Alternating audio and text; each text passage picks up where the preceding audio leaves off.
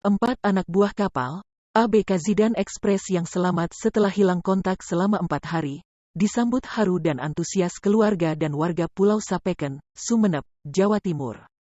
Warga tumpah ruah berkumpul di dermaga tempat sandarnya kapal MJW yang mengevakuasi ABK selamat ke daratan. Bak pahlawan yang baru pulang dari medan perang. Warga menyambut dengan senang hati dan haru, disertai teriakan sambutan.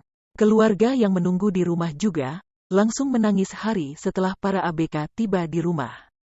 Mereka yang selamat bermodal rakit yang dibuat dari boks ikan selama 4 hari. Keluarga dan warga bersyukur bisa berkumpul kembali meski kapal motor Zidane Express karam dan tidak bisa diselamatkan. Berikut barang-barang yang diangkut.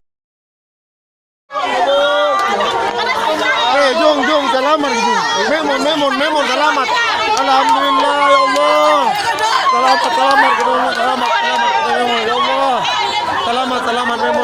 Selamat Memon. Ketemu nah itu ada buka kapal itu MJW itu. Ini ada buka kapal itu.